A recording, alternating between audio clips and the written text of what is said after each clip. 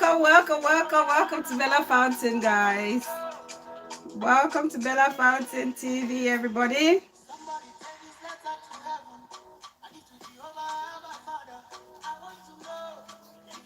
Welcome, everybody. Please come in, like, share, say hello, first of all. Let me know who is watching, guys. Say hello, say hi. Whichever language you want to use, let me know you're there and watching. Invite, share if you can, please. That's one of the ways you can support your girl.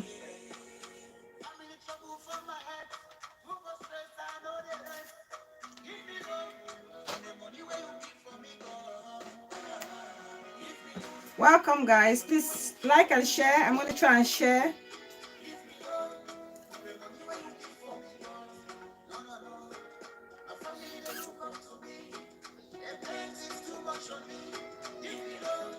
For the money where you give from me, no.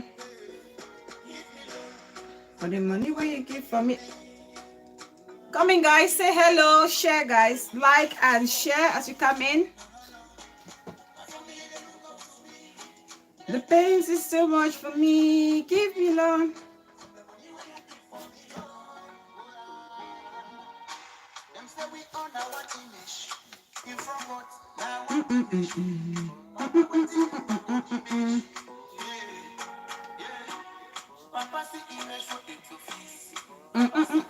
That goes down. No declare.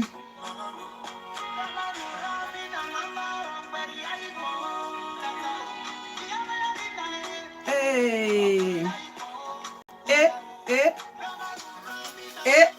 Please like, guys. Like as you come in, guys. Share, please. Show your girl some love by liking and sharing, please.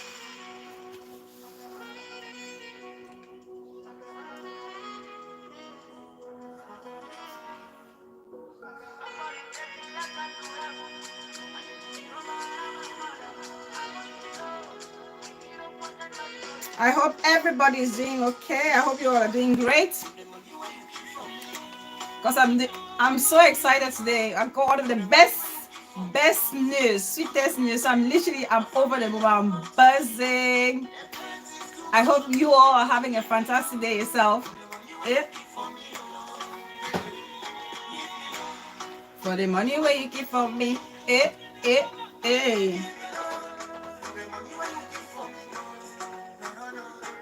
My family, they look up to me. The pains is so much for me. Give me love. For the money where you keep from me, love.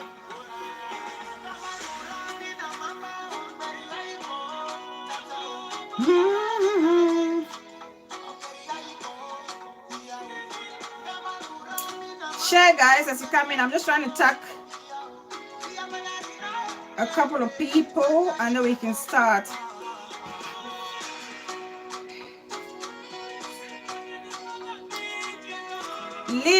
Lily, I see you, sis. Mama Alicia, my very own sis, welcome, darling. Jink and Dawn, welcome, my sweetest. Please come in, like and share, please. Show your girl some love. Share on all your Facebook or social media handle. I'm just going to try and share and tag some few people. So please like, share, invite all your village people. Invite all your village people. Let's have an interesting conversation today. I've been having messages. Why didn't you get notification, Jink and Dawn? You may want to check your notification and make sure you've selected all, because sometimes people go to custom. If you do custom, then you will miss some live notifications.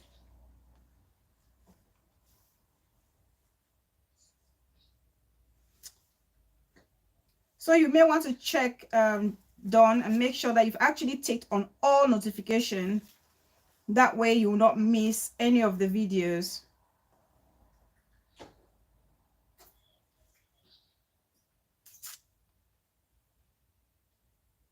Come in, guys. Say hello. I have shared. Oh, thank you so much. Thank you, darling. I appreciate that. I'm sure you all have seen the topic for today. You've seen the thumbnail. I can't tell you how many messages I've actually received in my inbox. People are excited to actually participate or partake in this this show for today. So I hope they will come through. I hope they will come through so we can have this conversation, because I've always wanted to do this topic.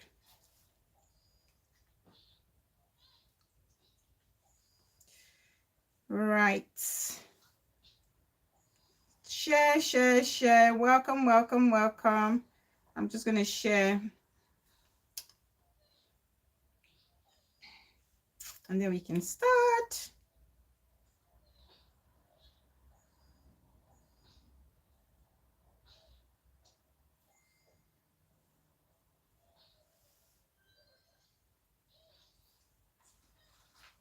Where is Russian Bomb? She was so excited to to attend this show. Where's my Russian Bomb? I was expecting her to take front seat.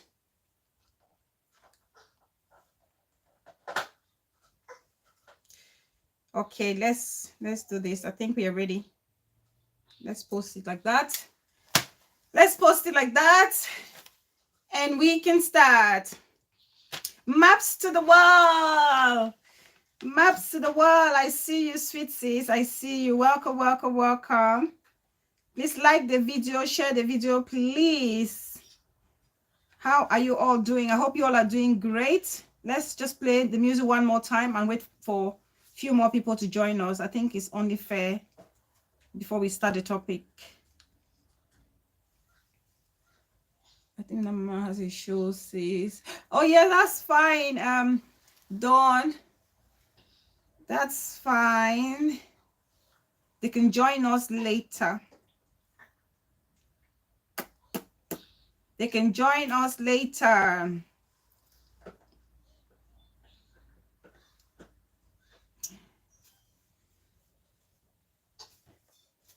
Please come in, guys. Like and share.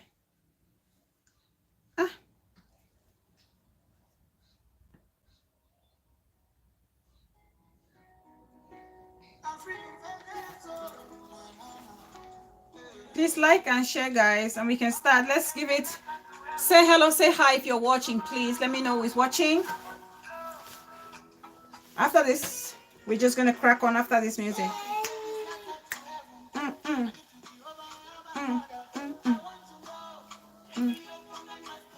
Eh.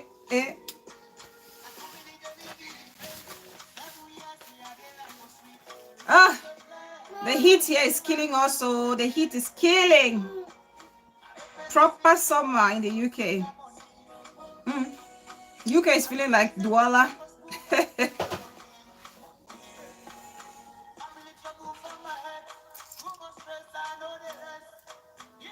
Maps, yes, dance with Mrs. Dax. Let's shake our body a little bit and lighten up before the topic. For the money where you keep for me, Lord. Hey, my family, they look up to me. The pains is too much for me. Give me, Lord. For the money where you keep for me, Lord. I love it as well, Don. You don't even know. I love the song. The meaning is good. Nice meaning. Hey. The pains is too much for me. Give me, Lord.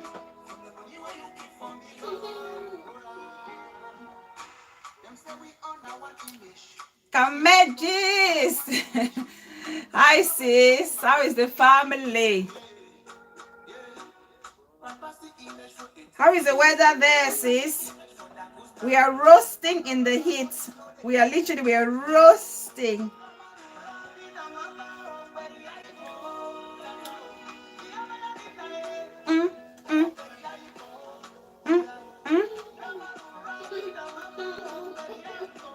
Like, guys, as you come in, like and share. Show your girl some love.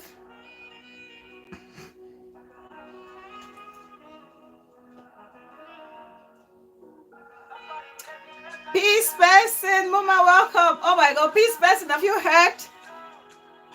Have you heard the good news, sis? I've not been given the authorization to say it, but I'm just so happy. It's hot here as well. We are roasting, sis. We are roasting, Dawn. Literally.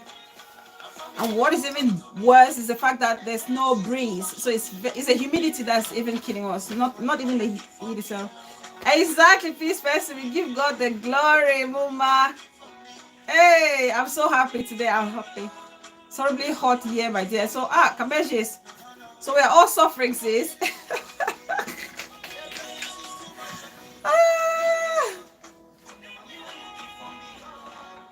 My Oyibo counterparts are dying.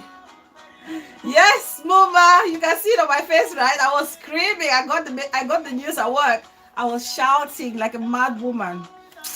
Hey, God is faithful. God is faithful. Hey, hey. Mm, mm, mm.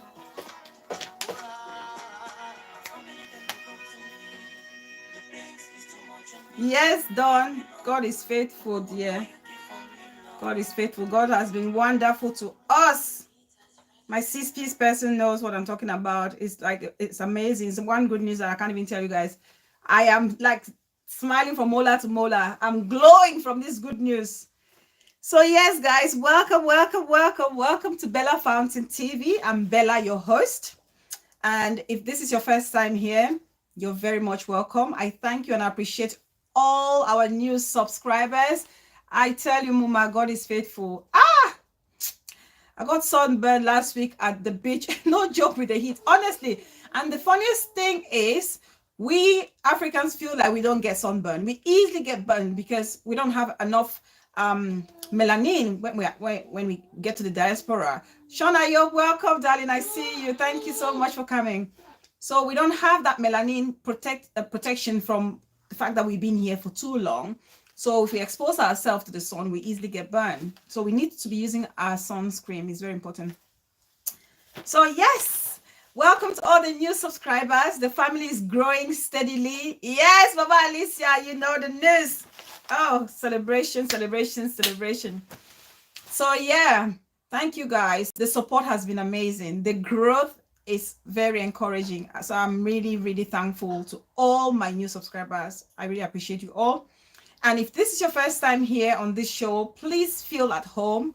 Express yourself. We respect each and every one. Your contribution is highly welcome as long as it's put through respectfully or in consideration of other people's opinion. Chubby, welcome, my darling baby. BTV, I see you, darling. Welcome. I see you. Please, as you come in, like the video. And for all my returning subscribers, I see you all, my sis here, my sisters, my kids, and everyone who has been there from day one and the ones that joined in day 2 and 3 and so on. I thank you all. Every time we come live, even though some of you cannot make the live video, but you come and make sure that your presence is felt, you watch and you support and you drop a comment. I can't tell you guys how much I appreciate that. It means a lot. I do not take anyone's support or time spent on this channel for granted. So thank you all so very much. Please keep that encouragement coming, keep that feedback coming, keep that motivation coming.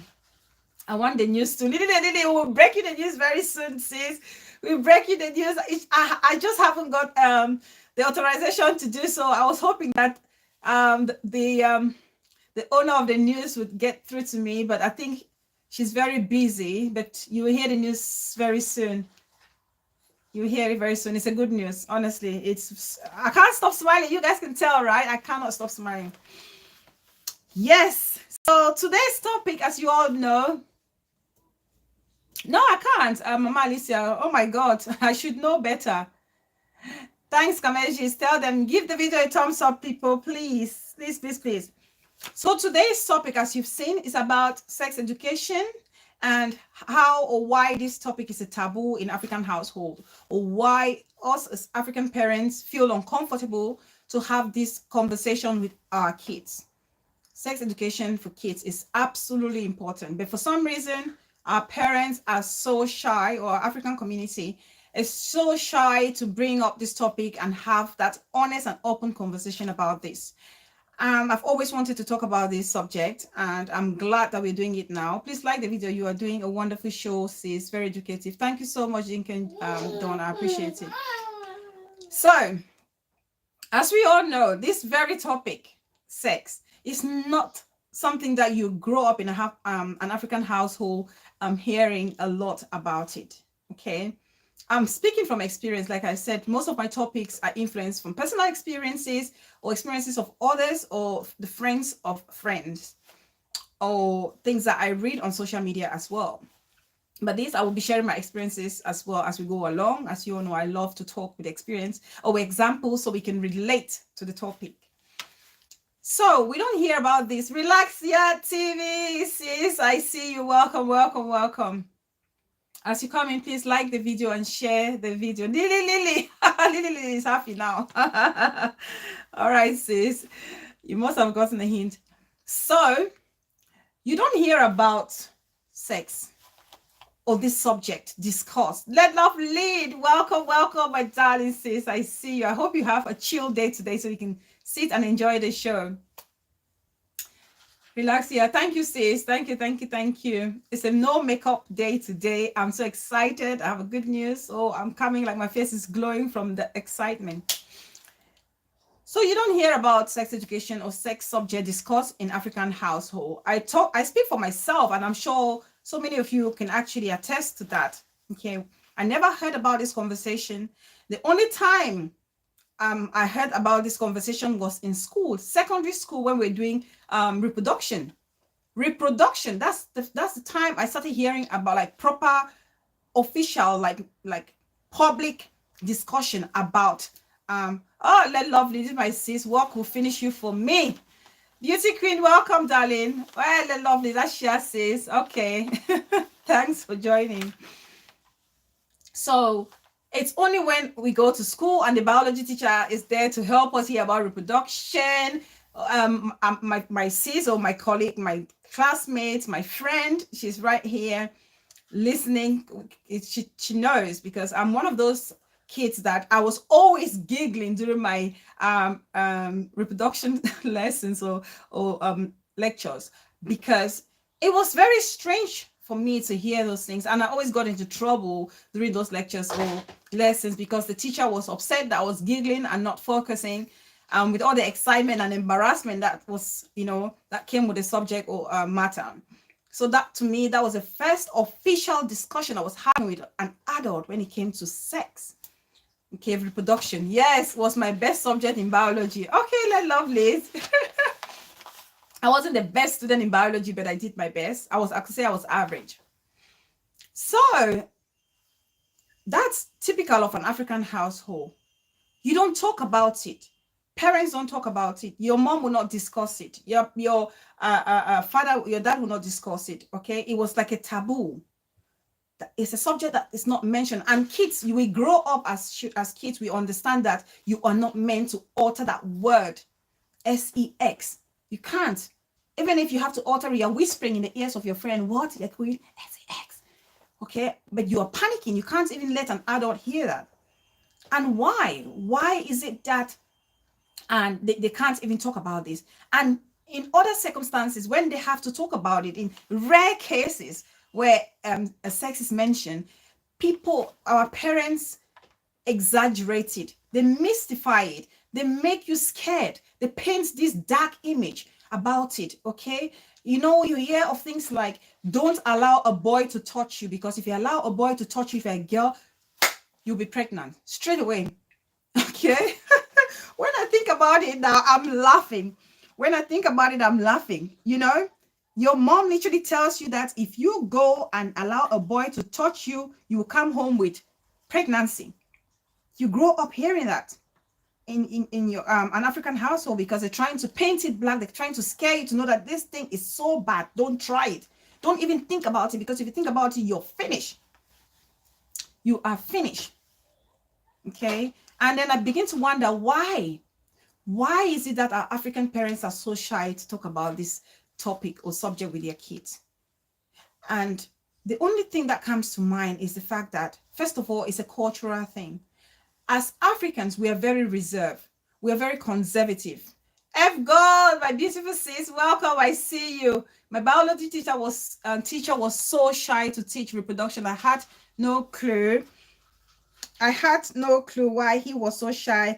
But after my advanced level, someone told me he was dating my best friend. The man be shy for talking to me. Mr. Azog, I think that was our biology teacher who taught us reproduction. I was very disruptive during the reproduction class. I was so excited. As in this, like, how come they can talk about this so comfortably in class? I was giggling all the time. The teacher was like, better out. I used to have timeout because I was giggling. I was twitching and itching. I was a very mischievous student in class. Yeah. Chubby, I will look for your cane. That's my daughter laughing right there. Chubby is my daughter. She's laughing because, well, we talk about things like that. At least we're relaxed. We can talk about things like that. But our parents did not talk about it at all. So hence my excitement during my reproduction classes. Yes, beauty queen, you're laughing as well. That's my other daughter. So the only reason that I can think of that our parents did not discuss sex with us is the fact that it's a cultural thing. We are very conservative. We are very protective of our kids. We feel like the culture does not permit a child to talk about that when they are just kids, when they are young, when they are not married. Okay, you're considered or regarded as an immoral or badly brought up child if you should know about sex. Mention and grandpa will cane you. Yes, you guys know that, right? That's my baby talking right there, that she's scared to even mention that because grandpa will skin, if grandpa were still alive, will skin the living life out of you. And that's just the reality. That's just the reality growing. Even now, if I told my mom that I was coming here to talk about sex and parenting, she would be like, no, don't say that, no, you cannot say that. You can't go and tell other people's children. No, you're going to make people feel like you're a bad child. I see her saying that, but that's my mom, and I'm an adult, I'm married with a child, but I can see her still panicking and telling me not to, discuss this subject. But that's just the normalcy. That's just how it is. Yes, African parents are very conservative. They are. You are considered a bad child, an immoral child, if you talk about that. If you're not married or if you're not an adult, and people, they expect you to talk about that when you're married in a union, legal or official, then that's when you're allowed to talk about that or to know about that. Okay, that's what I feel. And also it's a misconception. It's a misconception that when you talk about sex to kids, they are likely to go and do it. But research has shown that it's the opposite. It's the opposite. So it's the culture and the misconception that is stopping our African parents from actually going out of their way to discuss this subject with their kids. And it's so important. Russia Bar, welcome the king. 100 gun salute, sis. Welcome, I see you. I was expecting you to get the front seat, Bella. I hope I don't miss the tuma.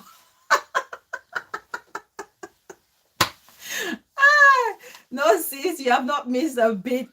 You have not missed a bit, sis. You haven't. Yes, the misconception is causing more harm than good. Absolutely, a peace person, Mama, is causing more harm than good. The feeling that if you say it to your child, it means you're sending them off to go and do it. No. And that's why a lot of our African parents don't talk about it, because of that misconception. So I blame it on culture, the conservative nature of our culture, and I blame it also on the misconception about sex. Culture and the misconception. These two things. And we fail to understand that it's fundamental for the well-being of a child to be aware, to be equipped with the knowledge when it comes to this subject matter. It's of fundamental importance because it brings a lot of identity. It makes a child identify themselves when they grow up or as they grow up. So when we shy away from subjects like this as African parents, is at the detriment of our own kids, of our own children. I remember here in the UK when the government actually decided that it was going to make sex education compulsory for primary school students. My friend who had who has 2 kids then in primary school, she was panicking. She was furious. She's my sister, actually. My sister. She was furious. She's going to watch this and she will laugh. Both of us, you know, she was furious. I wasn't as furious as she was. I was just surprised, right? But she was fuming. She's like, no, nobody should, no, they can't do that. Oh my God, why at this age? No, no, no. And that's because of that fear, that notion that the kids are so young to know about it, that is going to damage them. But research has proven that it's the opposite, it's the reverse. It's the reverse. If you don't teach your kids, someone else will teach them more. Don't scare your kids about sex. Teach them. Yes, someone else will teach them, and they may teach them in not the manner that you would want to teach them. It's so important, and we must make this knowledge, you know, aware. Parents aware of this situation and help their kids and build their kids. And I'm going to discuss different reasons why I feel like it's absolutely important for us as African parents to have this conversation with our kids. So if we see the reasons why, I think that will probably encourage a lot of us to go out of our way or create the time to sit our kids down and talk to them. And when I say kids, it's kids from, you know, from a very young age. As long as they are aware of things and aware of their surroundings, we should start telling them and building them slowly about this subject matter. It's very important. Very, very important. I know people will be asking me, why is it important? What is the importance? How is it going to impact them positively? Let's look at these various reasons. Let's look at this reason as to how sex education is very important for a child or in an African household. So the first thing I will talk about, it encourages body positivity. Sex education encourages body positivity. It enables the child to accept their body, to understand their body. Whatever body they find themselves in, they accept it. The shape, the size of their breasts, their bottom, you know, their belly, their face, their cheekbone, their eyes, their ears. Momo the Pass, welcome, darling. I see you. So that body positivity, they are proud. That's why sometimes you see a very chubby girl, the confidence that oozes from this person is because they accept their body. Okay, I'm going to talk about a story. For those of you who've been to boarding school, you understand, you relate with me on this topic. Yes, F goal is, I've always wanted to talk about it, to discuss this subject matter. I've always wanted. So I'll give an example. For those of you who've been to boarding school, you know how in boarding school, as girls, we all bathe together. We have a general bathroom where you all have a bath, you have a shower. Okay, and some of you would even shower in an open air space. And we've seen all types, all shapes. We've seen all shapes and forms of breast, of the lady garden. I'm really struggling with my body. Beauty queen, you need to accept your body. That's why it's very important, darling. This conversation for today, I need you to be very honest and open and talk about why you don't feel comfortable with your body. And I'm sure we can all contribute and help. That's why we are here, to build each other up. Okay. And you can talk to me at the back. You know, we talk about anything and everything as well. So we can discuss that too. If you don't feel comfortable sharing it here. But if you share it here, I'm sure maybe there are people who can relate and they can also learn from it. So as in boarding school, we all have community bathroom. We all, you know, bathe together. And like I said, I used to be very mischievous. You can't help yourself but look around and see the different shapes of breasts. You see some other person, the shape of the breast is like that of a pear. The other one is like a calabash. You have those ones who have really nice and perky breast. You have the other ones who have like really sloppy breast, you know, all sorts of shape. Even the lady garden, you have those people whose lady garden is very long and other people short, other people very thin, other people very thick, different types. Okay. And so if we discuss and have this conversation about sex and the body with our kids, they grow up to understand their body and accept their body. I'm getting a voice message. Guys, let me listen to this voice message. Maybe I'm allowed to say something. Where are we? I'm allowed to say something. And then I can break the coconut. Let me see. Hold on. Let me listen to this.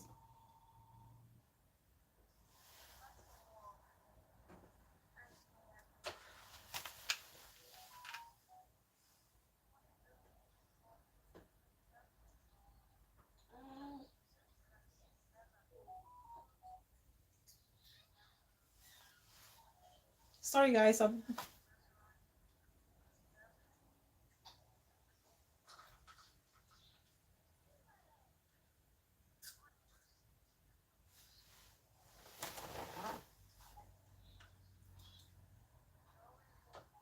Yes. Oh. Yes, guys. Yes, yes, yes. I'm so happy I had another sister who was so bold enough to tell me the dangers of sex. I mean, the fear sex because my sister put fear for me.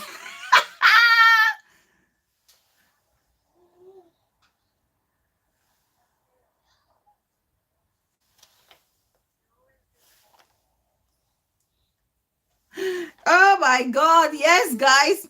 I've been given the go ahead to say it. I've been given now in the chest up, Booba, welcome. I've been given the go ahead to break this good news, guys. So, the reason why I've been so happy and smiling from molar to molar, molar to molar, molar to molar, it's because my very own baby sis, our very own beehive baby sis, positive baby sis, Yvette Moko, had a bouncing baby boy. Oh my God. Yes. God is good despite the challenges, despite the health scare and everything.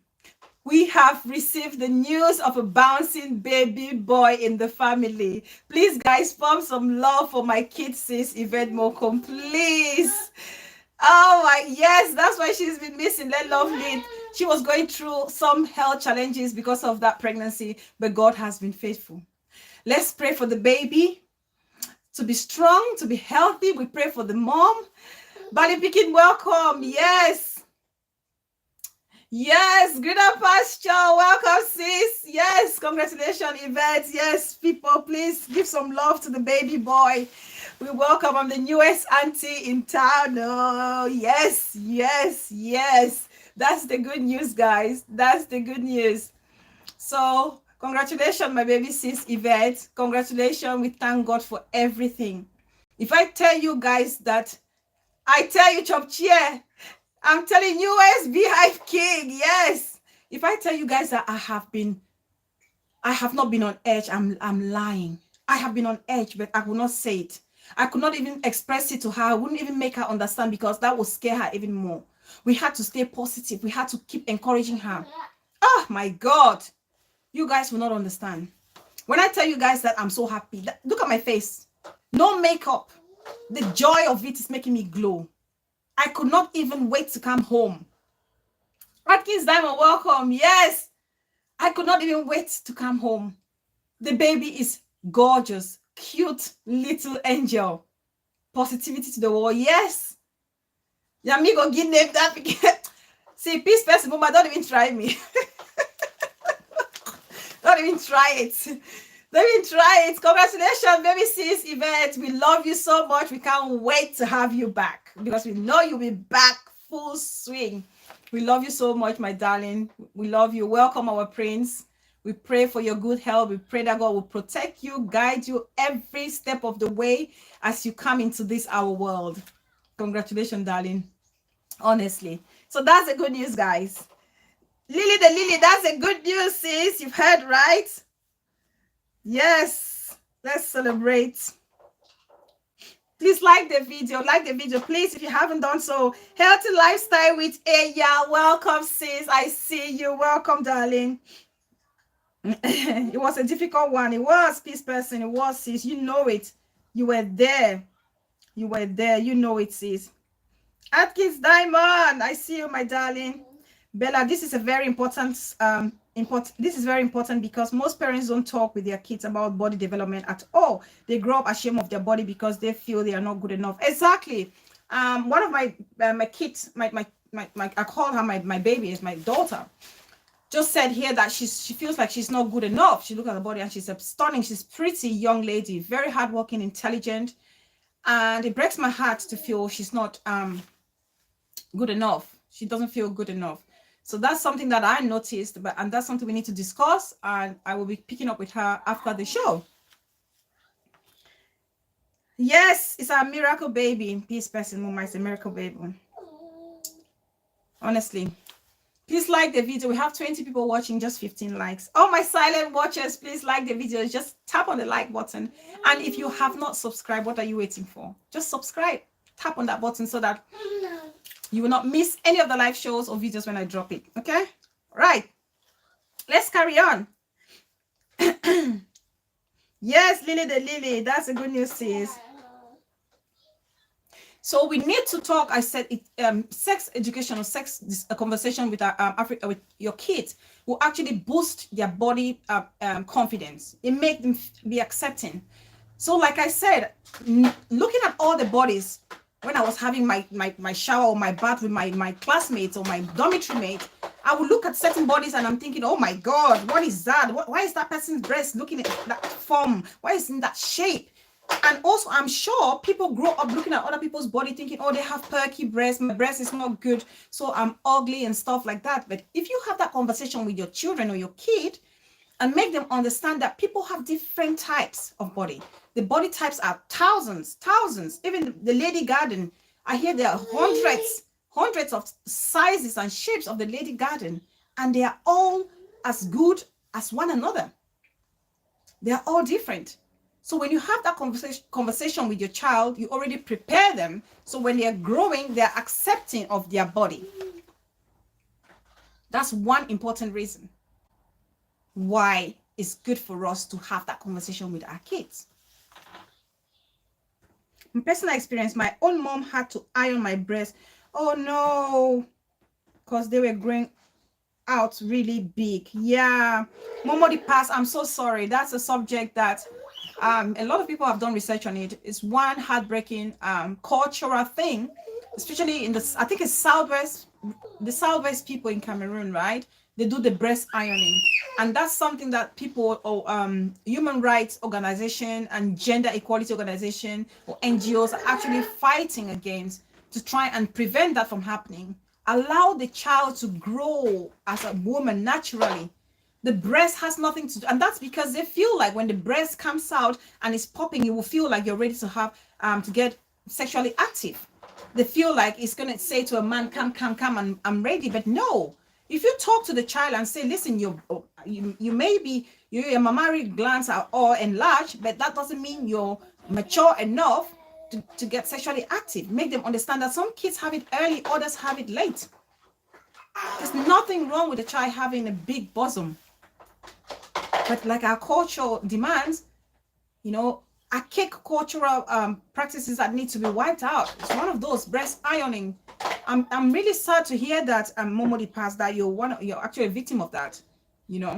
I'm really sad to hear that. But that's just one of the sad parts of our culture that I hope that it gets fixed as soon as possible. People are working on it, and I hope people don't relent their efforts to keep pushing. Really terrible, Momo the past. This is really, really terrible. I'm really sorry that you had to experience that. Yes, Momo the past. Please contact Russian Bomb on Facebook. That's a sis that can, is in better place to have a serious conversation with you on that. Please.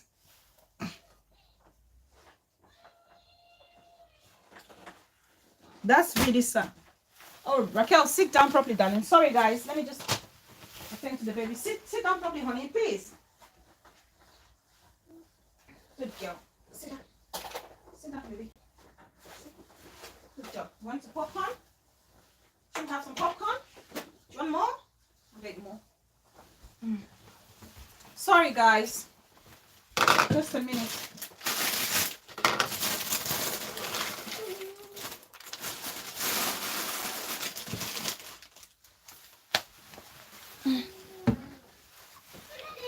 It's amazing the experiences that some of us have gone through.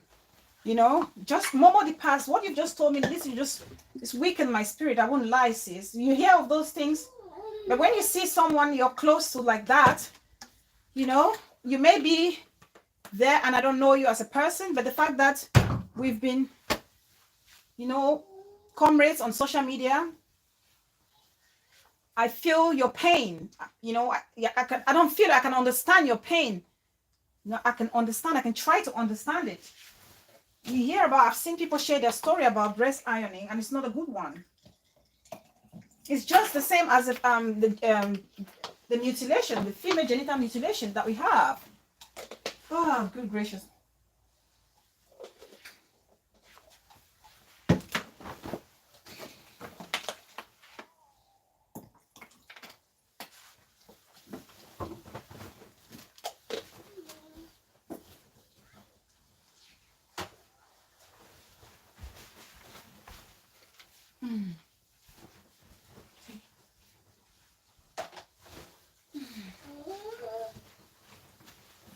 Oh, yeah.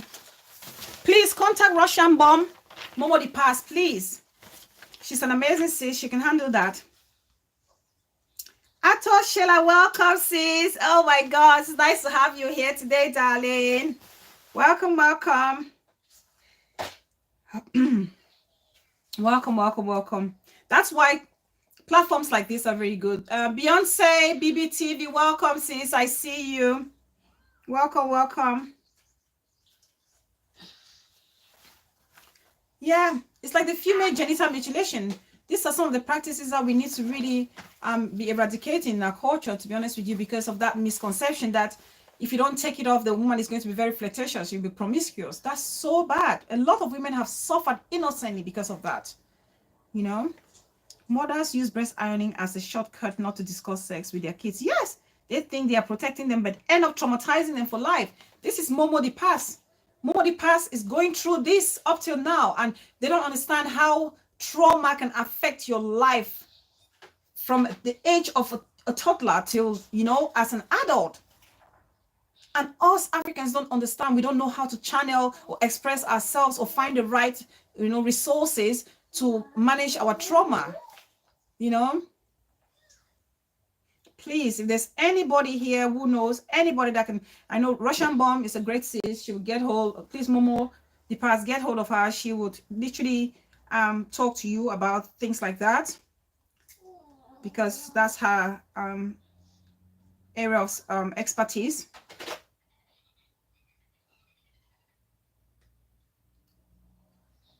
Mine was so big that it became an insult. You went under the knife to read. What? Look at the things that we have to go through. Lily, the lady said, mine was so big and it became an insult, so I went under the knife to reduce it, you know? But because if we teach our kids about body positivity, I will respect the size of your bosom, Lily the lily, because I would understand that we are all different. We have different bodies. I will not make mockery of you, you know, because that's just it. I will understand how the body works. I will understand it. I will not make fun of a girl whose breast is very small. Or no, you know, those dotted breasts. I will not make fun of it because I understand that's how God created them. Their body is like that. That's how they're built to be.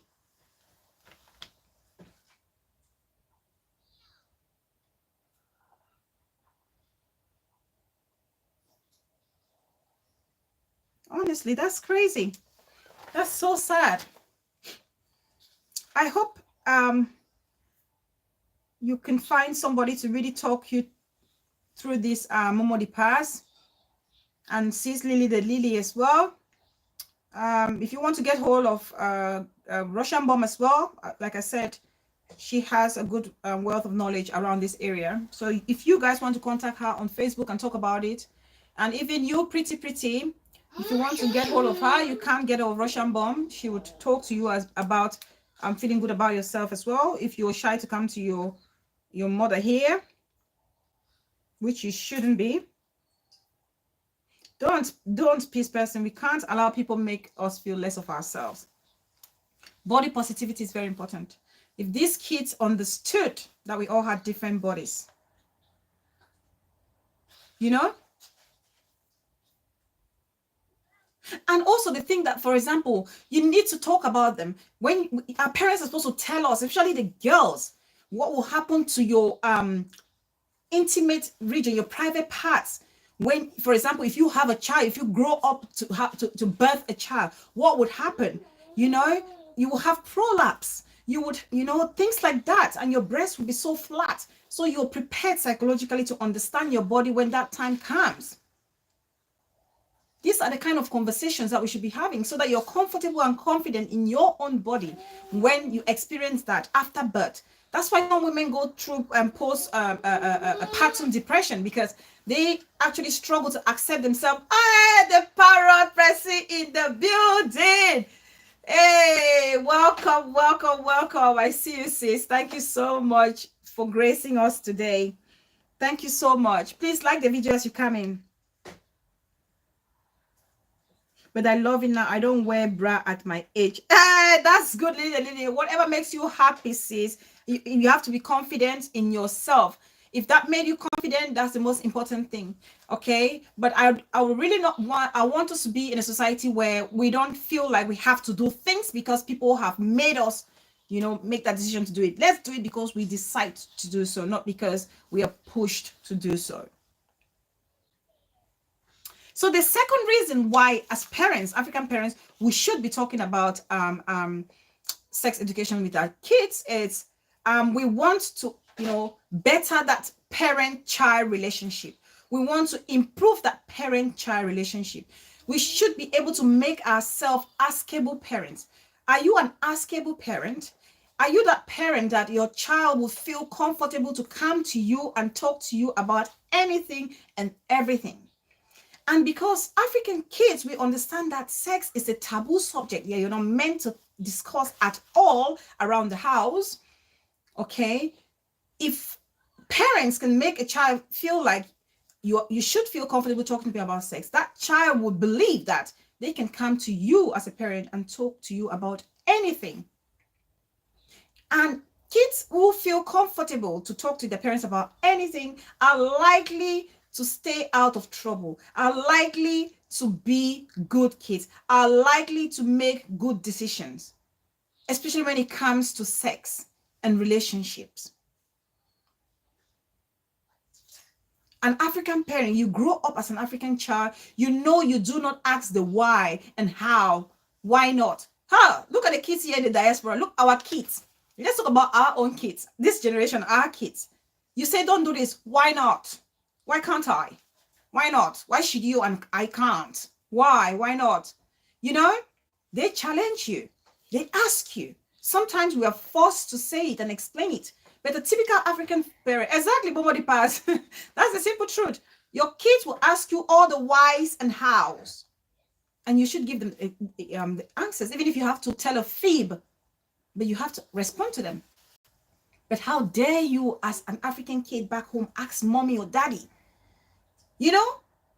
Growing up, that your mom will put to birth. And as a child, I thought that maybe they would just, my mom, they would just cut the baby, my daddy just open my mom's belly and puts the baby in, and then my mom goes to the hospital when the baby is cooked up and ready to come out, and the nurse or the midwife will bring out the baby. Growing up as a kid, that's what I had in on my mind, that's how a child is conceived. Daddy just takes it like a magic globe and puts it in mommy's tummy, and then mommy gets a swollen tummy, and the baby is baking in mommy's tummy, and then mommy goes to the hospital when the baby is ready to come out, and boom, a baby appears. Why do we have to allow our kids to have all this misconception? Because our generation, our own kids, they will ask you all the necessary questions. We need to make ourselves open. Make yourself an askable parent, an askable mom, that your child can come to you. So when you can talk about this topic or subject matter, which is I viewed as a taboo, you make your kids comfortable to talk to you about anything. They just tell you, if you touch a boy, you get pregnant. Yes, Russian bomb. They try it, you touch, you get pregnant. Especially when you start having your a period, when you start having the red river, if you try it, that's it, you're finished. If the boy should greet you, you are finished. And this child is scared, can't even make male friends. because he is scared that if they touch them, they're going to get pregnant and, you know, mommy and daddy are going to kill them.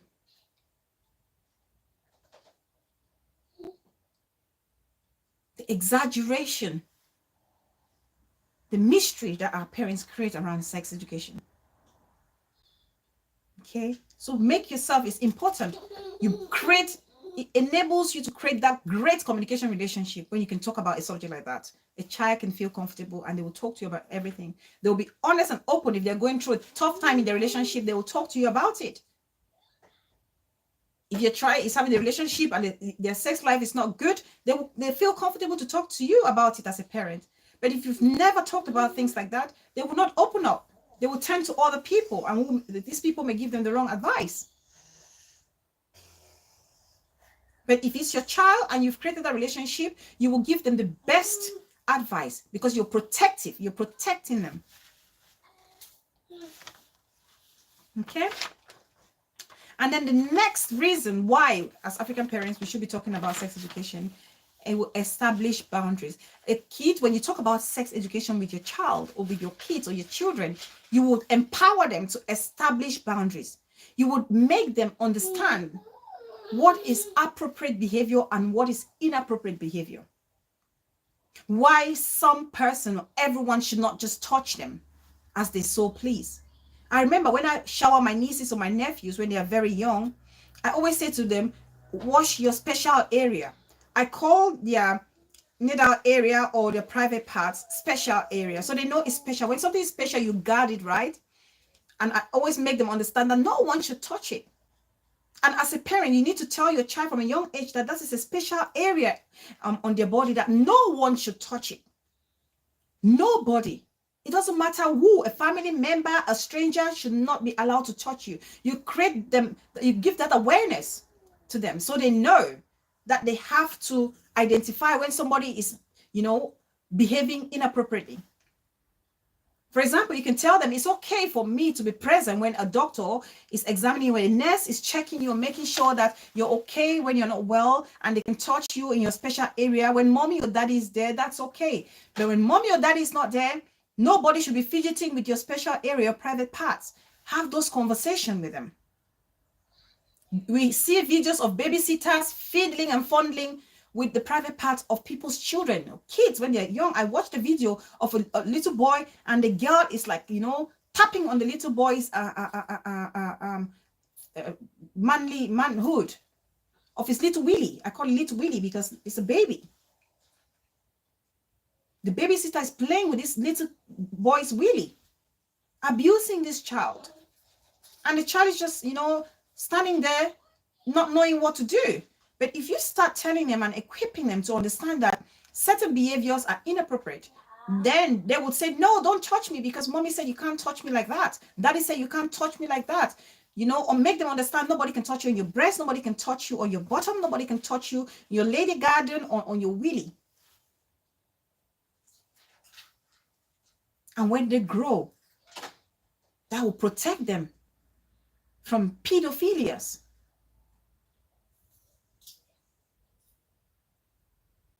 If you don't tell them, they cannot set those boundaries. They don't know if that person rubbing them slightly on their shoulder is being inappropriate. That uncle who took them to go get ice cream, takes them to go to the bathroom to ease themselves, and is touching them where they're not supposed to touch them, is crossing the boundary. Educate those kids. They need to be made aware. They will just warn you as you are moving with the boy, you will get pregnant. Failing to teach the child that if she finds herself in a compromising situation, she could insist for protection. Exactly. They can't even talk. They can't even fathom the fact that the idea of protection cease. They cannot. Most African parents cannot even think of it. They can't. They don't. And they should be thinking about it. Nobody pass, especially if you are the eldest in the family home, saying you don't be the one to set a bad example to the other sibling. Yes, exactly. Nobody pass. So sort of a blackmail. It is. Whereas they are failing to do their responsibility to you know, take responsibility to teach you, make you aware as a child of what to do or what not to do. So talking to them about sex creates the awareness to set boundaries in their relationship. Stranger danger. Okay. I remember a friend when we were young. I don't know if she told the parent or the mom, but an experience happened with teenagers, and she went to consult. She was constipated, and she went to the loo to do a number two, and because she's trained to do the number two, she almost had like a hemorrhoid, like pie. So she had that. So her bottom was out. So she had to go to a medical practitioner, and she was examined and prescribed medication, and she was asked to come back for follow-up. So when she went for follow-up, the doctor said to her, "How is it?" And she said, "I'm fine, everything is good." And the doctor said, "Can I see?" And she was showing to the doctor, and the doctor saw it. And instead of the doctor just leaving it, she was lying on the bed, the medical beds, right?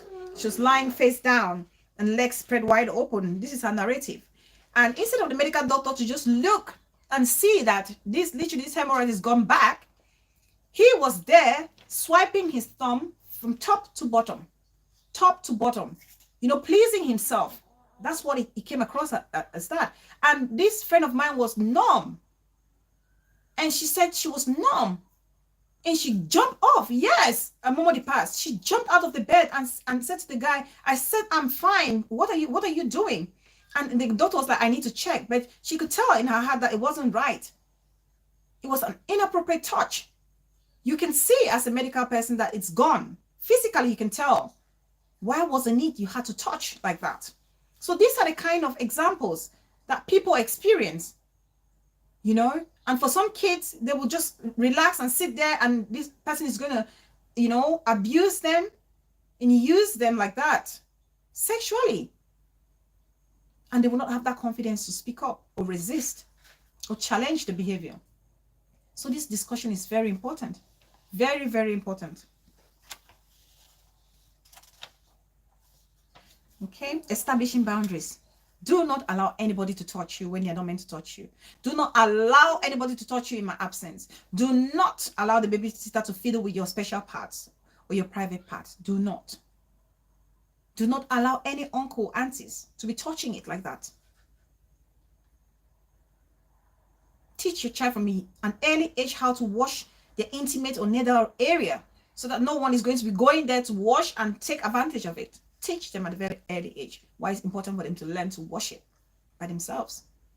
Guide them. Okay?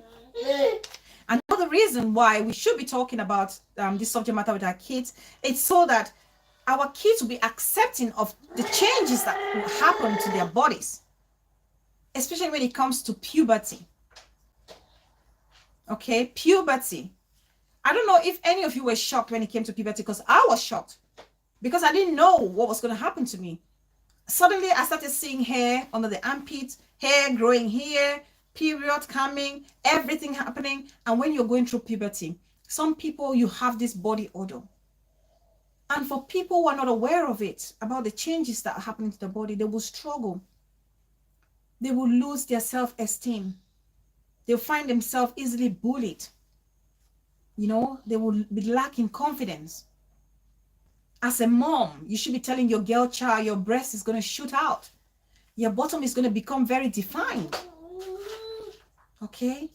You will be having pimples coming out of your face as you mature, especially when you're on your period. And this is what you do when you're on your period. This is how you behave with boys when you're on your period. Don't, or if you're intimate with a boy during your period, this is what happens. Colombia, the sexiest in-law of mine. Welcome, welcome, welcome. Thank you so much for coming. Please share the video as you come in. Like and share, please. I need this topic to go to many places and platforms as possible, please. I'm so passionate about this conversation. So passionate. I'm sure a lot of you are. Please share. If you haven't shared this, share, please. I really appreciate if you can share the video. Welcome back, Colombia. Back, Colombia and the Colombia latest gist. Oh my God, that page, back, Colombia. You are very creative. That page is one of my best Facebook pages. I'm telling you, I laugh. I crack my ribs every time I go to Pa Colombia latest gist. The Colombia's latest gist. I'm cracking up non-stop. Your compilation is amazing. Honestly, your craft is amazing. Your creativity is amazing. Oh my God, our social media space needed such, to be honest with you. That's what they say on social media. You can decide to have fun or be depressed. Choose where you want to belong. Do you want to come on social media and learn and be happy and create friendship, look at things lightly and move on? Or do you want to feel depressed and stay there and look at just the negative things? What Pa Colombia is doing is amazing, very creative. And anything, if anything, it makes me laugh every single day when I watch any of your videos. I do. I'm telling you, Greener, Pa Colombia, Italian no day this war. I'm telling you, I'm watching it back. Yes, thank you so much. Thank you. Honestly. So yes, so when we talk about sex with our kids, we make them understand that their body will change when they become, in puberty. They would see, hey, I remember my nephew, one of my nephews, because I have many nephews. I don't want to call names. When he was little, this is what happened to him. Oh my God, you guys are gonna laugh. It's very embarrassing. If he hears me say this or watch this video, he's in his 20s now. He would probably kill me. He was like, Auntie, how dare you? When he was very little, right? I think that's the very first time he felt he experienced an erection. Okay, that was the first time he experienced an erection, and he came to me and said, Auntie, my wheelie is acting very funny. Oh my God, he was so excited. And don't get me wrong, excitement in the sense that he was probably watching something he enjoyed so much, I think, because I think he was watching a cartoon, and suddenly he rushed into the room and said, Auntie, I think my wheelie is acting very funny.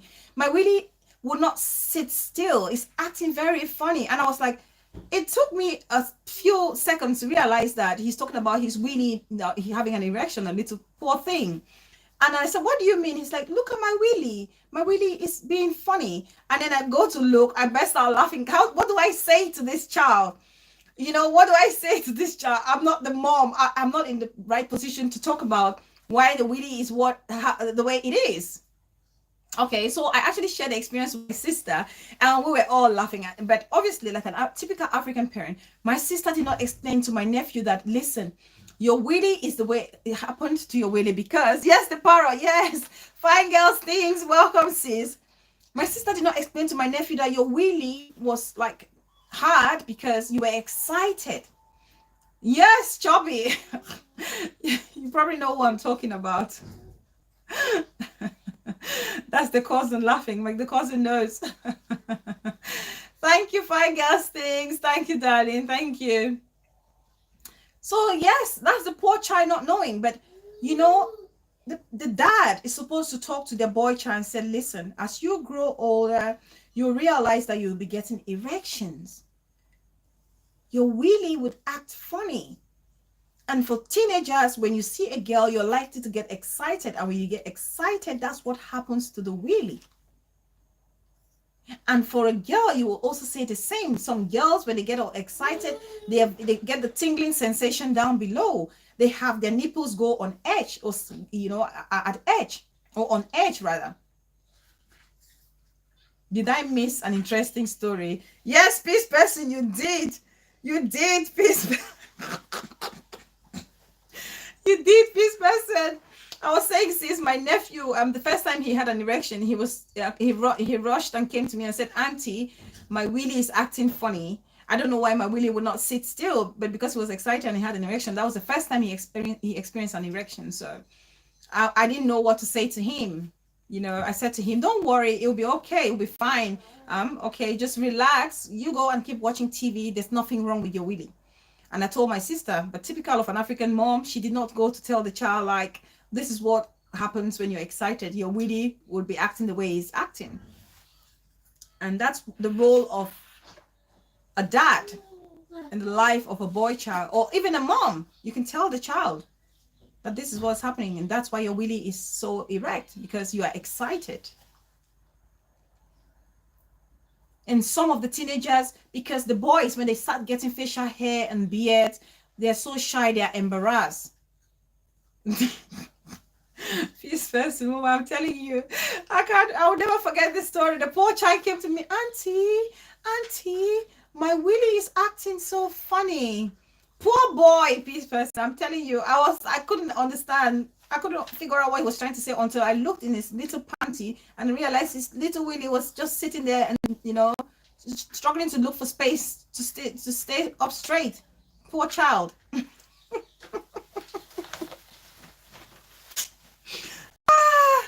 Oh God. Yes, peace person. The role of a father in that conversation, to tell them that that's what will happen to you as a boy. You get excited and that's what happens. And for a girl, you get excited, your nipple is going to go off firm or on edge. It's normal for a girl, so they're not confused. And it's okay for a little boy, a teenage boy, to start having facial hair and beard, so that the friends don't make fun of them. And even the friends, if their parents are also discussing that with them, they will understand that it's normal for their peer to be having facial hair. Okay? Teach them about it. They can understand and accept that change that's happening in their body. Enable them, guide them, help them, suggest roll-ons, deodorants. Because when puberty is kicking in, it's easy to get body odor. It's normal, okay, at puberty. So teach them how to wash and look after themselves, keep themselves clean and healthy. That's one of the reasons. Another reason why we should be talking or discussing, having this subject up for conversation with our kids is because we want to make them or empower them to make the right decision when it comes to sex, so that they will be smart, or they'll make smart sexual decisions. You know, the mentality of that misconception that if they are aware of it, they are bound to do it, if anything. No. If they're aware of it, they will make conscious decisions. They will make smart decisions when it comes to sex. They will know when they would want to do it and why they want to do it. Not because somebody is pressuring them to do it. Not because all their friends have done it and are excited and talking about it. No. They will do it because they have that informed decision to do it. They will do it when they want to do it, when they've decided that it's right for them to do it. That peer pressure will not be there. Okay? Because most of the time, when we are not aware of things, we want to go and experiment to find out for ourselves when we don't know it. But when we know it, if you explain to your child everything, honest and open conversation about sex, you equip them. They know so much about it. So there's nothing strange or new about it. There's nothing exciting about it because they already know about it. They know how it feels when you're having good sex. They know what happens when you're being intimate. They know what happens prior to becoming intimate or having sexual intercourse. You tell them everything. You know, if it's going to be painful, if it's not going to be painful, what to do to avoid all the stresses when it comes to that. Make them understand different shapes and different sizes of the, of the intimate or private parts. All those conversations, you equip them. That excitement is out of the window. They're looking at it thinking, oh my God, I know so much about it. What's the point? Why am I rushing about it? Even if my friend comes and tell me, oh my God, so you stay there, don't want to experience it. You're missing, you're losing out. Oh, that thing is good. You should try it. Oh, you should try it. Your child will be like, try what? I mean, I know everything that goes on with that. My mom has told me everything. My dad has told me everything. They've told me what a boy is, but those little, how a boy wants to initiate it. So they're all looking out for those signs.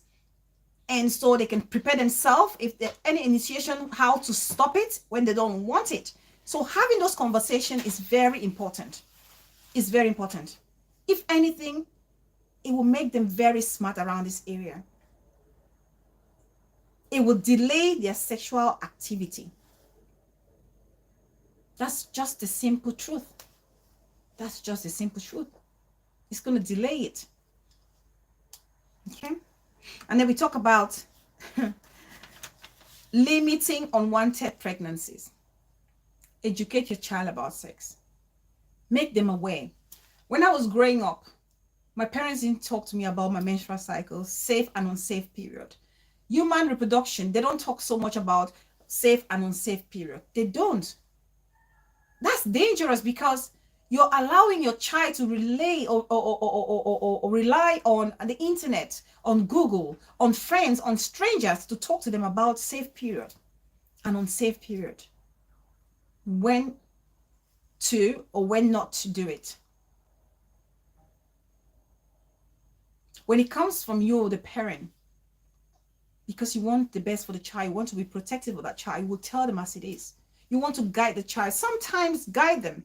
Yes, the best thing is to tell the child to use protection. But then if you tell the child, listen, sometimes, if I need laptop, welcome, darling. Sometimes our kids will be stubborn, you know, or some of them are easily fooled or convinced to do otherwise. And so you can tell them in a case where you find yourself in an uncompromising position where you have to do it, use protection. And if you can't use protection, don't even try it, because if you try during so and so period, you will be pregnant. You tell them, explain to them what is the safe period, the ovulation period, especially for the girl child. And also for the boy, to say to them, you have to discuss with your girlfriend. Don't go doing it without talking to her, because she may just be on her unsafe period. And if you don't want to be a dad at your early age, do not do it. So the conversation is for both the boys and the girl child, the boy and the girl child, not just for the girl. Please like the video as you come in and share, please. So the conversation is for both, you know, the boy and the girl, to understand. The person who actually told me about my menstrual cycle was my best friend's mother, not my own parents. And that's why I appreciate. Somebody sent me a message there. What's that?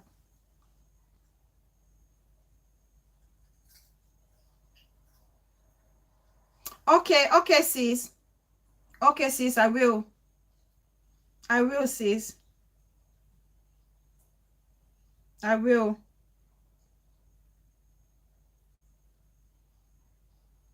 Okay. Okay, sis, I will pass your number on. I will. I've received your message. I'll pass it on, yes. Yeah. So we need to talk about unwanted pregnancy. So it's actually my best friend's mother who talked to me about my my menstrual cycle. And I can't even remember how that conversation started. But I think he said to me, she called me by my traditional name, right? My sisters here know, my kids know, by my traditional name, and said to me, you guys, right now, I hope you guys know about your menstrual cycle and you know not to try when you're not safe, right? And I was shy. She said, you, this child, why are you shy? Come here. Do you know it? And I said, no, mommy. And she said, this is what you need to do. This is what you need to know. If you try it, you're gone. You're finished. And you know the home you're coming from, right? And I said, yes. So if you try it, you're finished. If the devil will tempt you and you have to do without protection, if you try during this period, you're finished. So, and I appreciate that advice up to date. If you joke with this, my mommy, I can finish you. I'm not even kidding. Okay? Because I appreciate that knowledge at that time so much. I do. Because she was looking out for me. She was literally looking out for me. Making sure I wasn't taken advantage of. She was. And most African parents, we don't have that conversation with our kids. How many of us here can actually say our parents sat us down and spoke about our menstrual cycle, our safe period, unsafe period? How many of us here? Or the boys, how many of you can confidently say your mom or your dad actually sat you down and said, don't play with a girl during this period, always talk to them and engage with them to know if their body is the right time to do it? How many of us can say so? When we actually know it's up, it's very important. It's very important to know these things. The parrot said, I learned from the streets, you know, and which is dangerous because the streets will tell you anything you have. So when you learn from the streets, you have to pick and choose which one is true and which is not. But your parents will give you, if they're having that open and honest conversation, they will give you as it is. My mother just put a carton of condoms with no comment.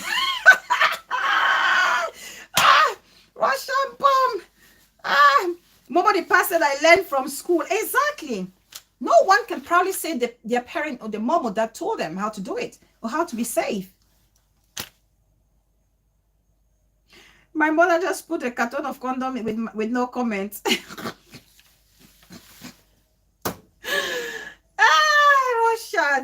Russian.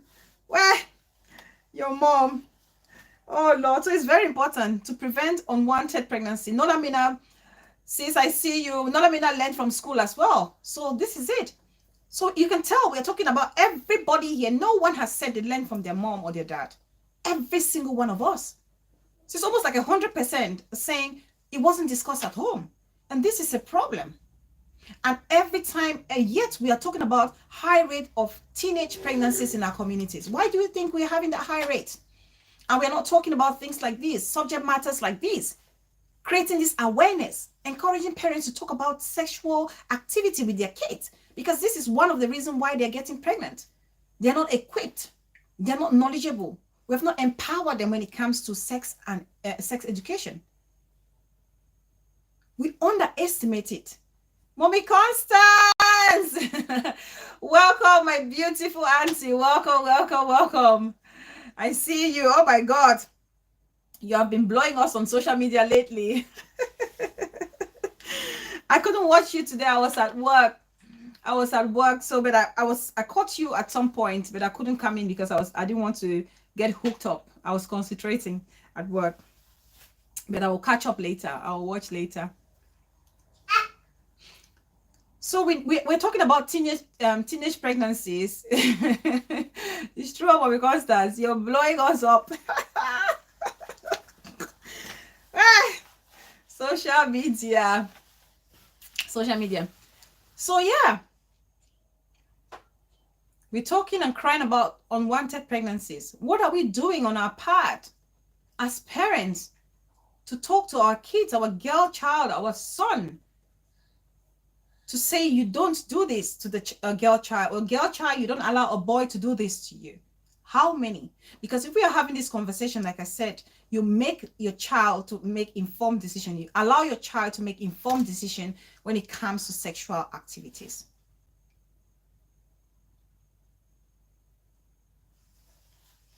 When my breast started coming out, I had to go to the hospital because of the pain, and my parents were called by my teacher for them to let me know what's going on with my this is crazy. Now with the chest and a muma, was this your experiences? Our African parents have finished us. They finished us. Jinken don't say, yes, my dad bought us adolescent girl book. Oh, that's beautiful. That's beautiful. Jinken Don, your dad is one of those askable dads. That's amazing. This is the first, since we've started discussing this subject today, that anyone has actually said so, like this, something very constructive.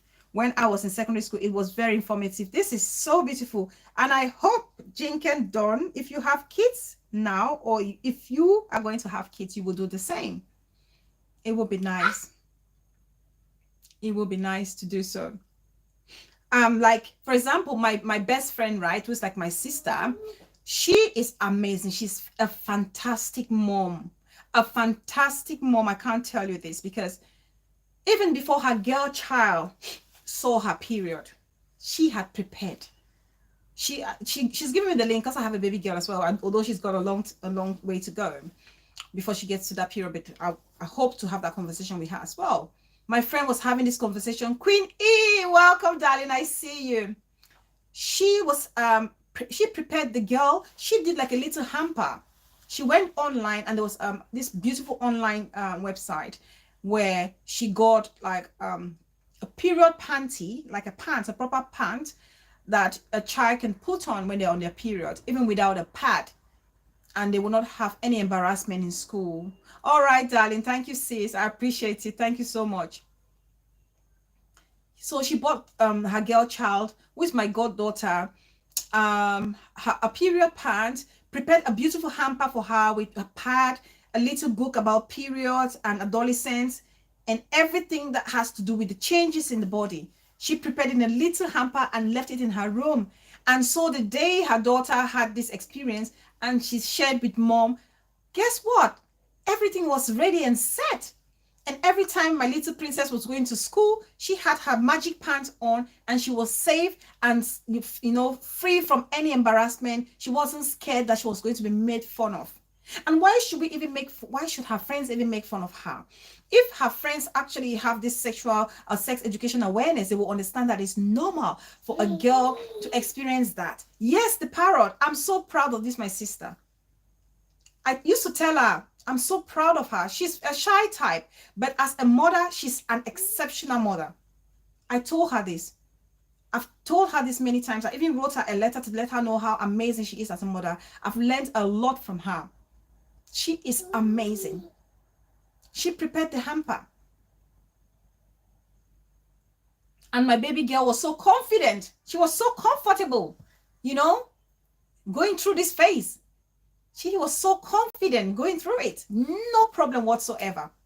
Very accepting of the changes that was happening to her.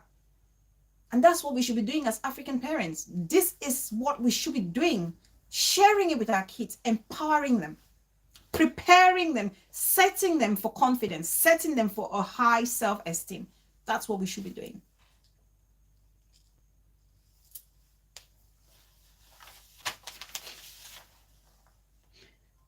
I'm walking with my uniform hanging up for it not to touch my chest. No inner wear. Where, sis? Truth be told, my beautiful sis, welcome, welcome, welcome. Even though I was doing live life to the full in school, but still you were so scared. You were worried. This is the truth. This is the reality of so many of us. So I've learned a lot from my friend. Trust me, I've learned a lot from her. A lot. A lot. Okay? And also, having this conversation, Momo the Past has written something. Momo the Past says, my mom didn't for once tell us anything about sex education. My mom did not as well, Momo the Past. So I relate with you every single thing. My mom is a Christian mother, will say that you don't talk about that. Even now, if my mom should watch me talk about this topic, she will call me and said, what's happened? Huh? Do you want people to think that you're bad? Huh? Oh, poor mommy. Oh, mommy dearest. Our poor parents. They feel they're protecting us. No, they did not protect us. If anything, yes, Momo the Past, my mom, she will be screaming, I can't believe Bella has done that. She calls me by my traditional name. I can't believe she's done it. Oh my God. How did you have the courage to do that? People will be looking at you thinking you're bad. You don't say things like that in public. No, Mom, we do. We need to say it. Okay? We need to say it, Mom. Oh my God. What's happened, my darling? What's happening? Sorry, guys. Let's see what the princess wants. What the princess wants. The princess gets. We're almost rounding up, darling. Yummy, yummy, yummy. Yummy, yummy. Hey.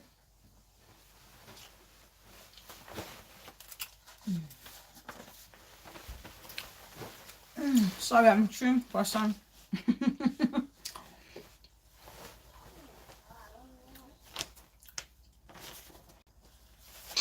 Please like the video. Like and share, please. My kid sis got pregnant the first time, and my mom had to take her for an abortion. She was only 16. Oh my God. Now she's a mom of 3 and married. Thank God. That's what I'm saying. Unwanted pregnancies could have been prevented. Can be prevented by having these conversations with our kids. Bella, this Yakaba makes sense. Hey, thank you. Thank you. The Parrot TV person. Thank you, sis. Thank you so much. This actually was brought to me by my elder sister. She just came back from PE and she brought this. I love it. Love, love, love. Thank you.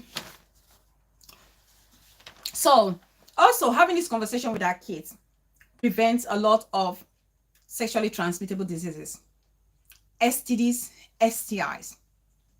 You tell them, our King Russian bomb said the mom would just put a packet of condom and not say anything. How can you put a packet of condom and not say anything? You're giving a tool to a child to use. You don't give without any manual or instruction on how to use it. How can you do that? You give the tool without a manual or the instruction manual how to use it. It's just as well as not giving the tool at all.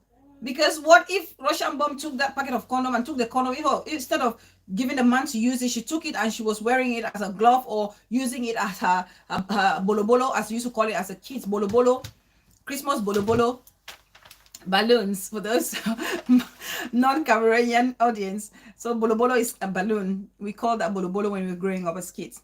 So what if King Russian bomb took the packet of condom and assumed that it's a balloon? And my friend's husband used to crack this joke and said, a girl, this is a digression, a young girl actually bought a string pants and gave it to their mother. And I don't know how true this story is. Bought string pants and gave it to their mom.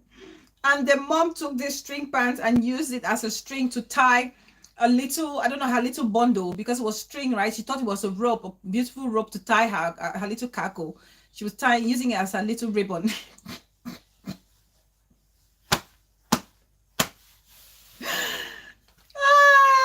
Don't give strings to your parents. Strings are not meant for parents. Mommy took the string and used it to tie her little bundle with.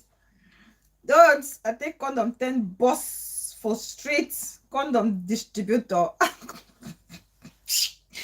I'm loving the top, Muma. Keep bringing this up for us, please. I'm so glad on this generation which we could learn everything online. Oh, thank you so much, Muma. Thank you so much. And it's thanks to you all as well. You make it all worthwhile. We're sharing knowledge. We're sharing from each, we're taking tapping from each other's fountain of knowledge. Thank you, thank you, thank you.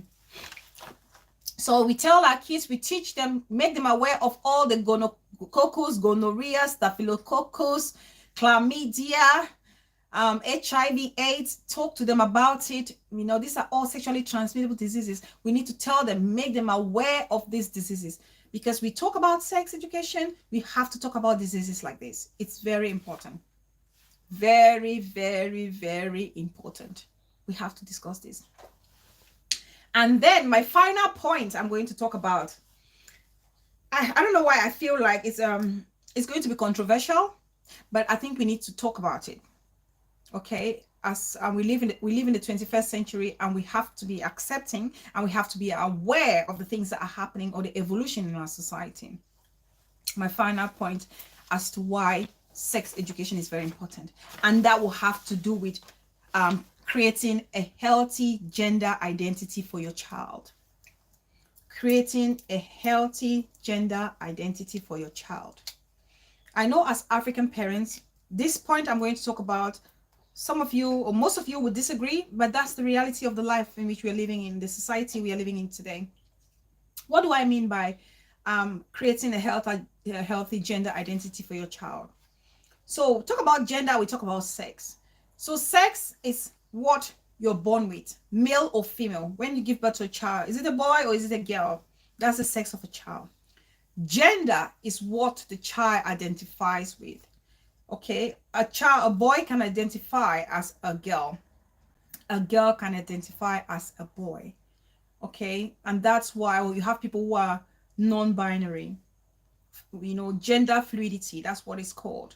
So some people can get up today, they feel like they feel like they're boys. Some other time they feel like they're girls. Some people can get up and feel like they're girls. The next moment they feel like they're boys. Some people feel like they cannot tell you where they belong. Okay, and so they can be sexually active with any gender. These are the conversations that we should be having with our kids, because they would have friends like that. And it should not be a shocking thing to them. And they should not feel embarrassed that they have friends who are gender fluid. They have people who, you know, people like, let's say, for example, you see our brother Bobrisky in Nigeria. You see our brother, is this Shakira or Shakira? The one in Cameroon. Okay. Some of them were identified. Those people identify their gender identification is, I mean, a woman. Forget that whole thing they're talking about. Yes, thank you so much, Momodi Pass, Shakiro. Thank you so much, Russian. Those are people who identify as women, but they are men. The sex is male, but gender they identify as women. Okay, that's just the society in which we're living at the moment. I have a friend or somebody very close who actually just found out that their son is identifying themselves as a girl, and they have been so depressed. And I only advise them to say they need to seek counseling together with the child, okay, because there's not much you can do about it. I know some people say religion, let's pray, is the demon. Personally, I believe what I believe when it comes to human anatomy, when it comes to science and biology, how the body works. El Beauty Muma, welcome. Okay, I'm not going to rebuke anybody who has a Christian opinion or Christian view on that, to say, so it's your body is being possessed, your child is possessed by the devil. That's why they feel that a boy would think he's a girl, or a girl would think she's a boy.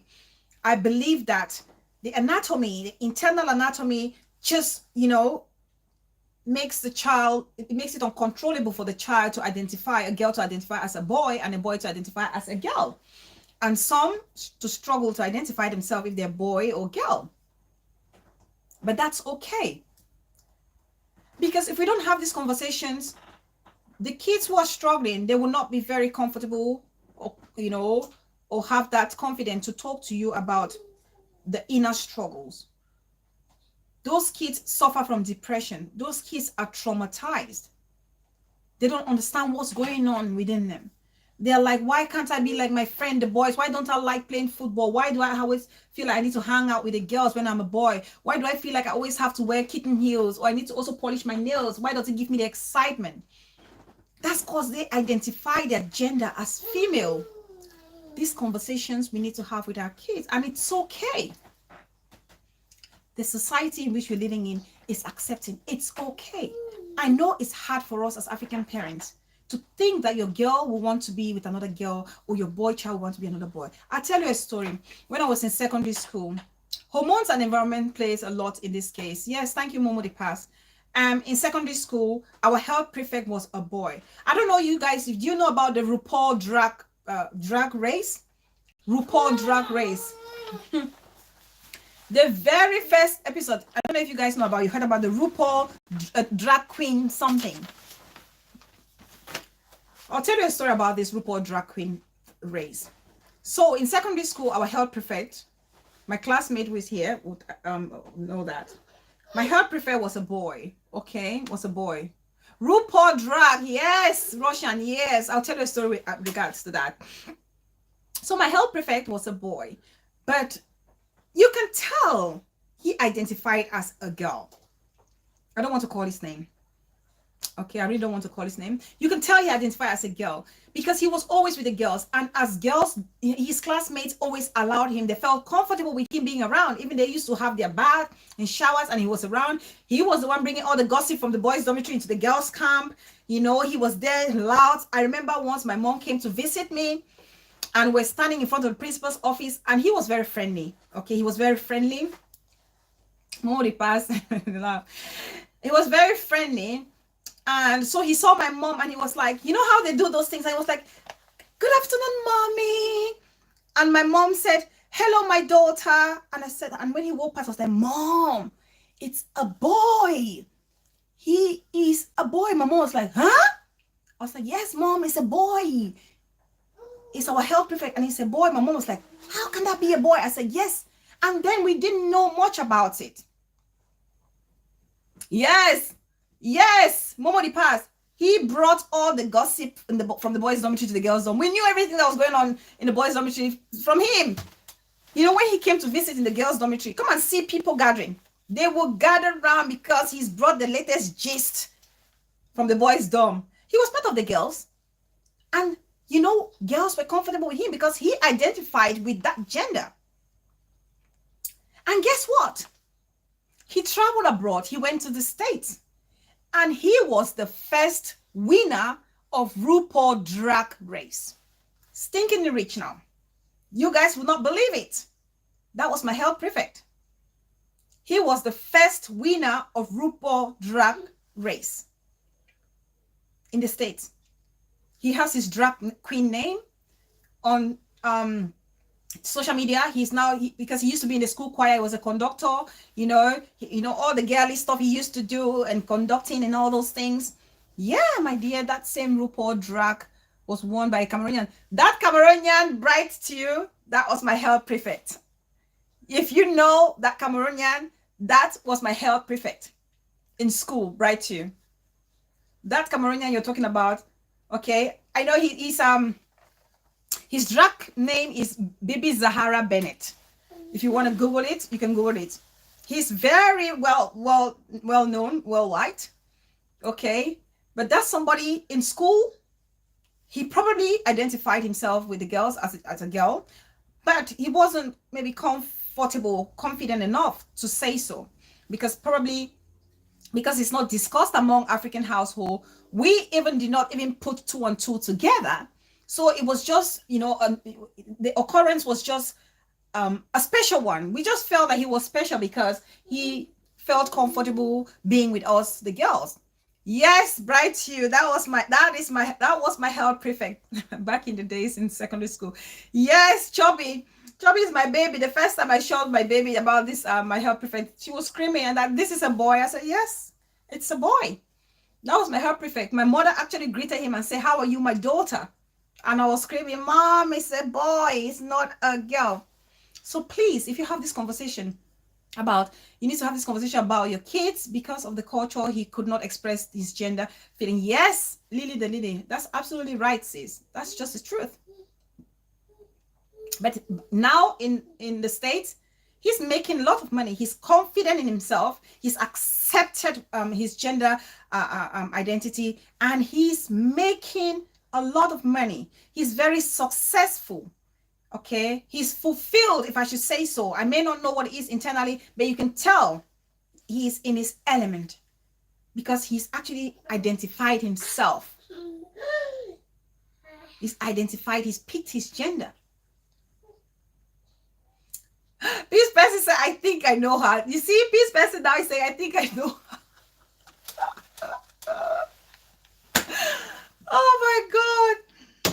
Oh my God, I find it hard sometimes, you know. I find it hard to refer as she, but I have to respect that. Yes, Jinken Dawn, that was my health prefect. If you search on YouTube, you would see him, Bibi Zahara Bennett. That was my health prefect. Peace person.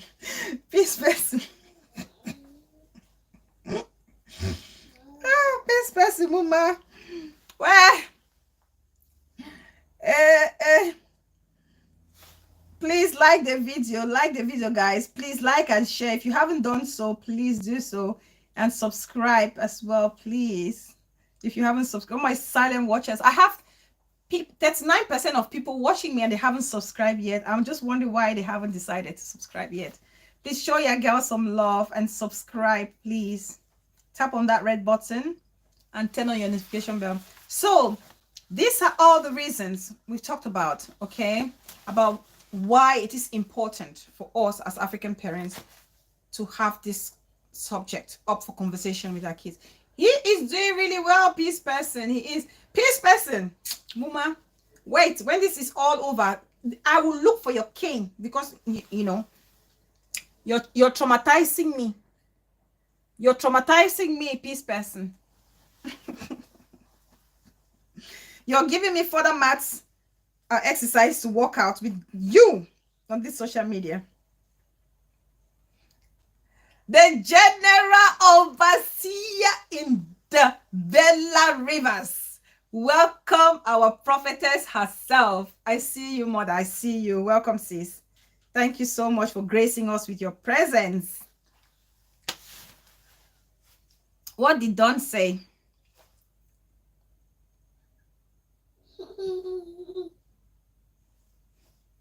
What did Don say? Oh, Don. Me, I have to learn to respect people. It's not my thing, but I'm very respectful to them. Thank you. Thank you, Don. And that's how we should approach it.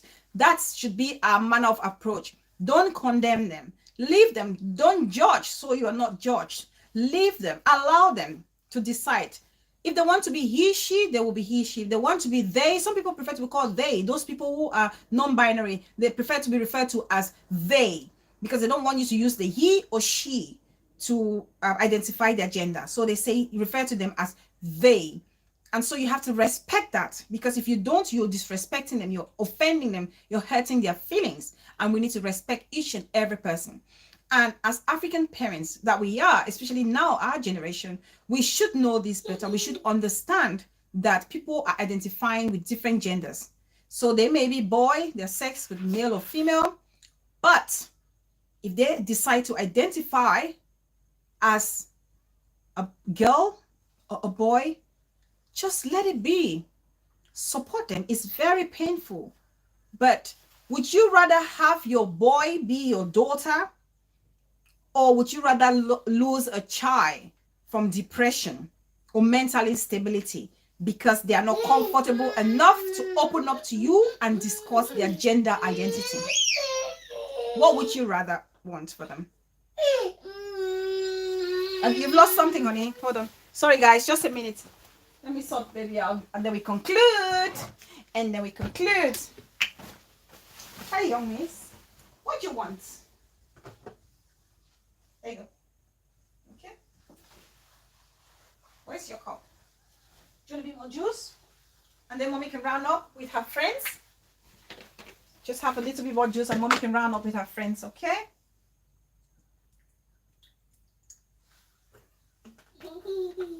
You're happy now. You're smiling. Oh, cheeky you. Cheeky, the general overseer, come and take your daughter-in-law. Come and take Igwe's wife, oh.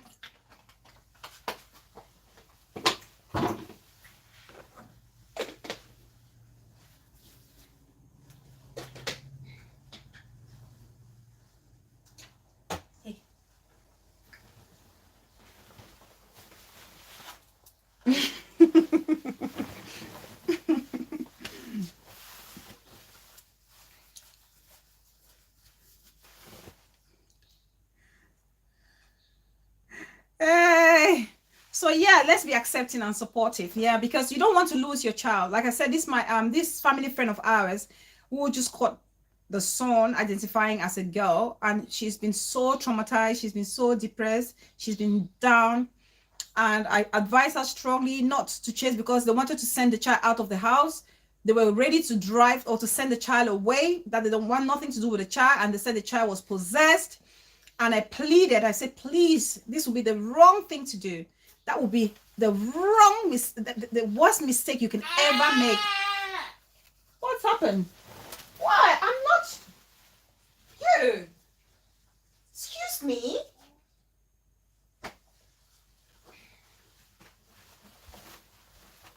So sending away the child is literally, condemning that child.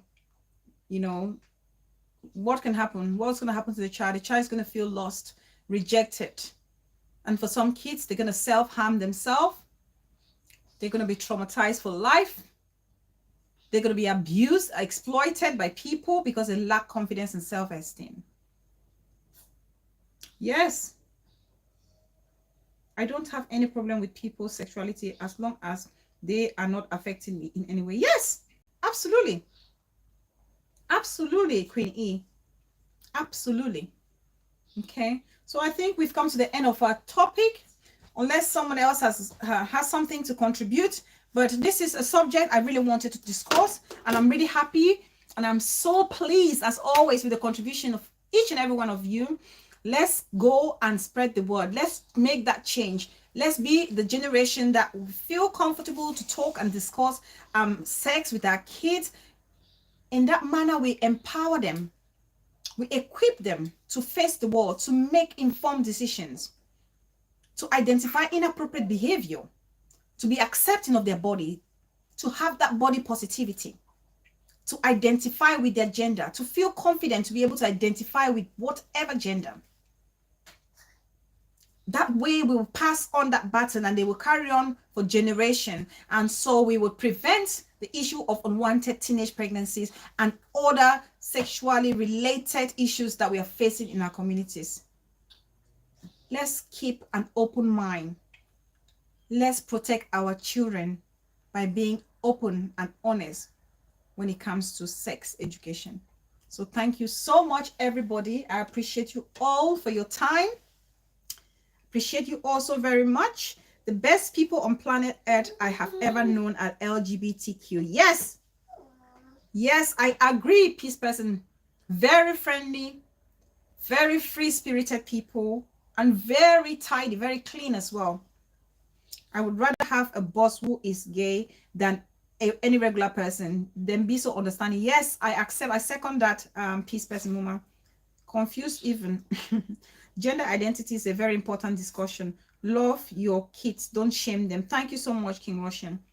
Religion would allow, especially us Africans, do so. Yes, Momo the past, but as our generation, we are learning, we are educated. Are we going to behave like our parents, our grandparents, or are we going to be accepting and understanding of the situations or the changes that are happening in our society? I think we will do the latter. So it will be beneficial to everybody. Seriously, we are all human beings. Thank you. Parents, support your kids unconditionally. Thank you, Lily the Lily. So Momo the past, yes, Daniel, I got your message. I will channel it to the right person. So thank you. I'm going to call out names. Thank you, Fine Girl Stings. Chubby, my princess. Thank you so much. Peace person, my mama for life. Oh my God, for those who came in late, our baby girl, Yvette Mokom, has a bouncing baby boy. I am the latest auntie in town. So celebrate with us, please. So thank you, peace person, Muma. Let's keep celebrating, Muma.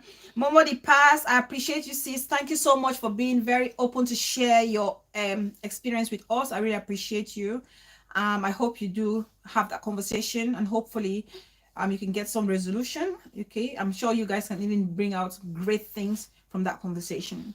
The Parrot, Pressy, thank you so much. I appreciate your time. Thanks for gracing us. Jinken Dawn, thank you, darling. Thank you so much.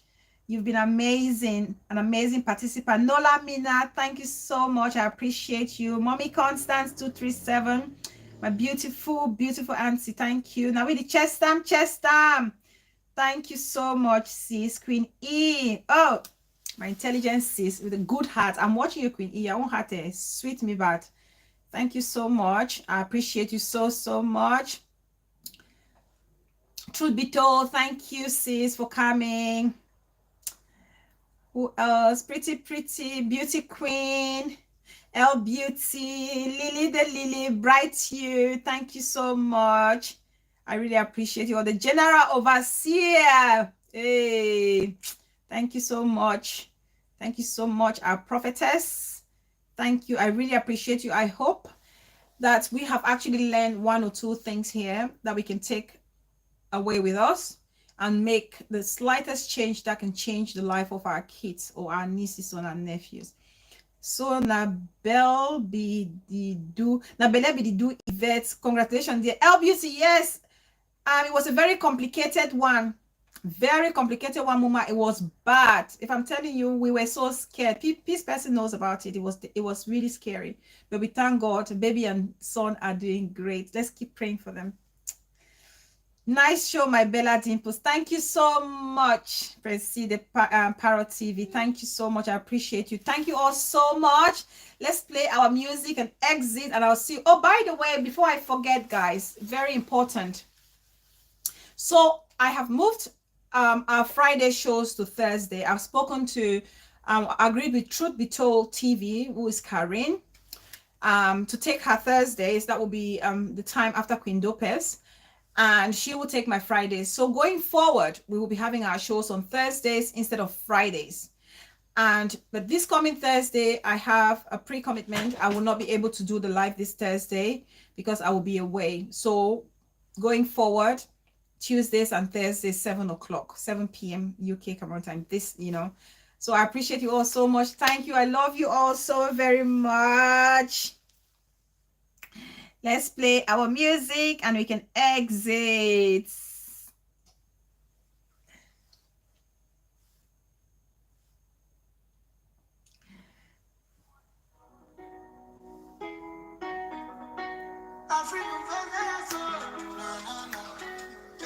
Hey, hey, hey. Hey. My joy is overflowing. Oh, hey, hey, hey. Hey.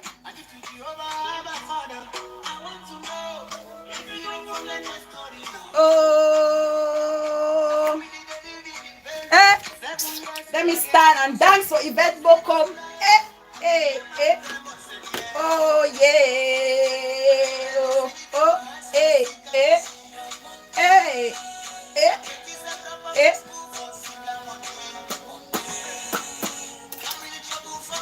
Hey, give me loan for the money waiting for me, Lord. Hey, chuba, chuba, give me loan for the money waiting for me, Lord. Oh, thank you guys so much. Hey,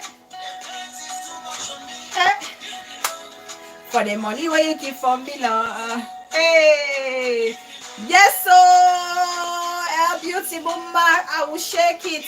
I want to even dance bagalum. Eh, eh, eh, eh, eh, eh. Chuba. Eh, eh, eh, eh.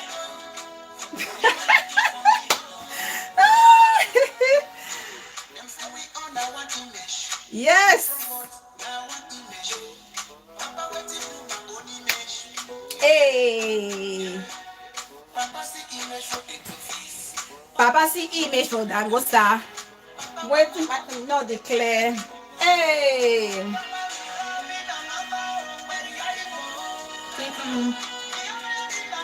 Hey.